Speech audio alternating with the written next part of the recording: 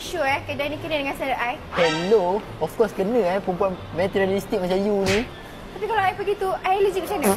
I janji tak kena. Jom ikut I, jom. Jom masuk kat belakang tu. Kan lega dekat sini ada aircon. Kau macam tadi dalam kereta you, dah panas bahang.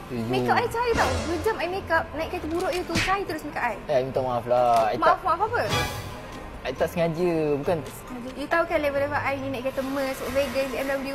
Ni naik kereta buruk you tu. Ish. Okay, fine. Okay, next dating I bawa AMG. Hah? AMG? AMG. Dia ada AMG? You tak tahu ke? Sumpah lagi ada kereta lain. Tapi sewa lah. Makan. Jangan malu. Sedap kan? Sedap ke tak sedap?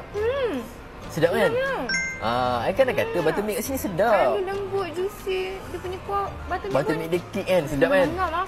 Ngam kan? Kenapa you? Ada apa yang tak kena ke? Ada satu je yang tak ngam. Apa yang tak ngam tu?